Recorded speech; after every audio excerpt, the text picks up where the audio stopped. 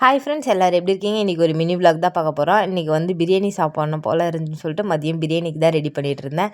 அதுக்கு எல்லா காய்கறி எல்லாத்தையும் கட் பண்ணி வச்சுட்டேன். அரிசியும் பாஸ்மதி ரைஸ் ஊற வச்சுட்டேன்.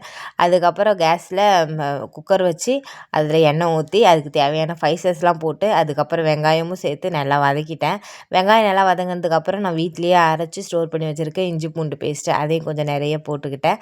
அதையும் போட்டு நல்லா வதக்கிட்டு அது வதங்கினதுக்கப்புறம் தக்காளி போட்டு தக்காளி வதக்கிட்டு அதுக்கப்புறம் காய் தான் என்னென்ன காய்னா கேரட்டு, பீன்ஸு, அப்புறம் உருளைக்கிழங்கு, அப்புறம் பச்சை பட்டாணி, அப்புறம் மீல் மேக்கர் போட்டுக்கிட்டேன். அப்புறமா இது புதினா கொஞ்சம் போட்டுக்கிட்டேன். அது எல்லாத்தையும் கிளறி மசாலா வந்து மட்டன் மசாலா, அப்புறமா தனி மிளகாத்தூள், மல்லித்தூள், அப்புறமா மஞ்சத்தூள், அப்புறமா கொஞ்சம் உப்பு இது எல்லாத்தையும் சேர்த்துட்டு அதுக்கப்புறம் நம்ம ஊற வச்சுருக்க பாஸ்மதி ரைஸையும் போட்டு விசில் போட்டாச்சு.